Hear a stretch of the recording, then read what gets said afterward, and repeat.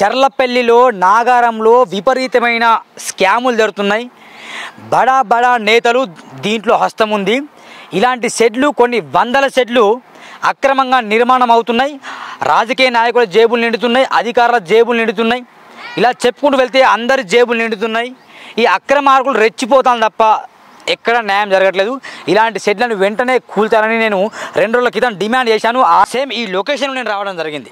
ఇది చూడండి, 1 2 3 4 5 6 7 దాదాపు 15 పిల్లర్లు, అటువైపు 15 పిల్లర్లు, ఇటువైపు 15 పిల్లర్లు పైన. ఇది షెడ్డా, ఫంక్షన్ హాలా, లేకుంటే ఇక ఏం చేస్తానో తెలియదు. కానీ ఇది మాత్రం పక్కా చెప్తున్న అవినీతి, అక్రమం.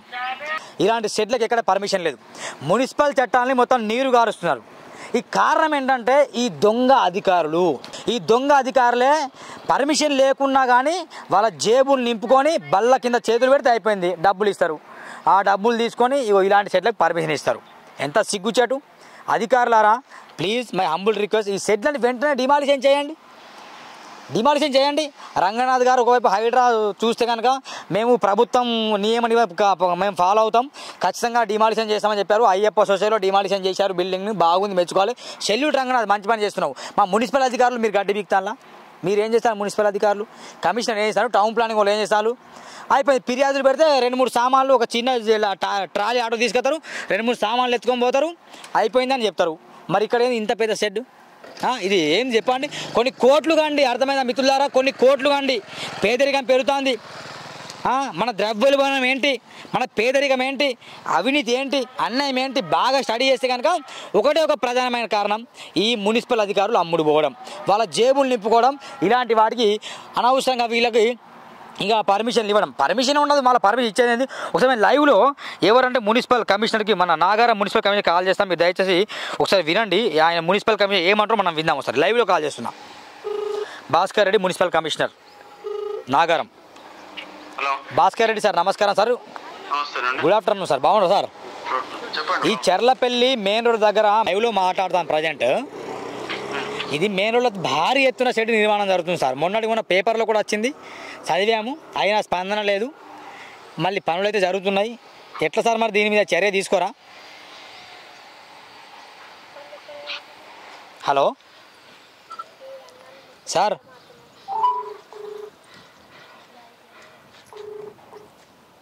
హలో. చర్లపల్లి మెయిన్ రోడ్ మీద ఏదో భారీ షెడ్ నిర్మాణం జరుగుతుందట. ఒకసారి ఇమీడియట్ గా నన్ను పంపియండి. ఓకే. ఇది చర్లపల్లి పెడతారు, లొకేషన్ మీకు షేర్ చేస్తా. ఇది ట్రైన్ పట్టాలు ఉన్నాయి, ట్రైన్ పట్టాల పక్కనే ఆనుకొని జరుగుతుంది. ఆల్మోస్ట్ వాళ్ళు చెప్తా అన్నట్టు ఇక్కడ వస్తే మా కమిషనర్లు, మన టౌన్ ప్లాన్ అందరినీ మేనేజ్ చేసినాం. ఏం మేనేజ్ చేస్తారు సార్ అర్థం? మిమ్మల్ని ఎందుకు బదనాం చేస్తారు సార్ అర్థం గారు?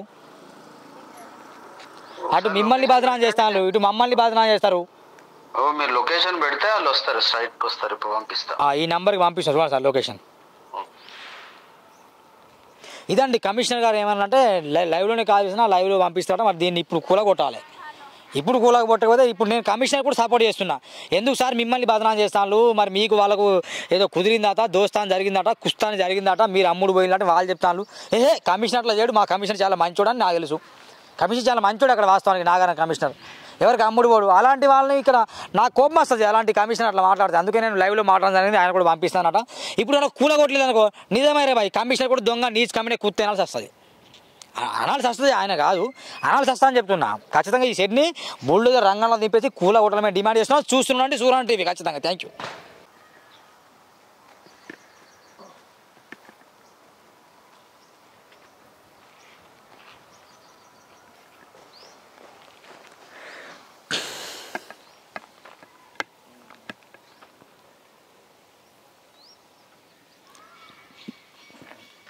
దాంతో మంచి ఫోటో తీసుకో.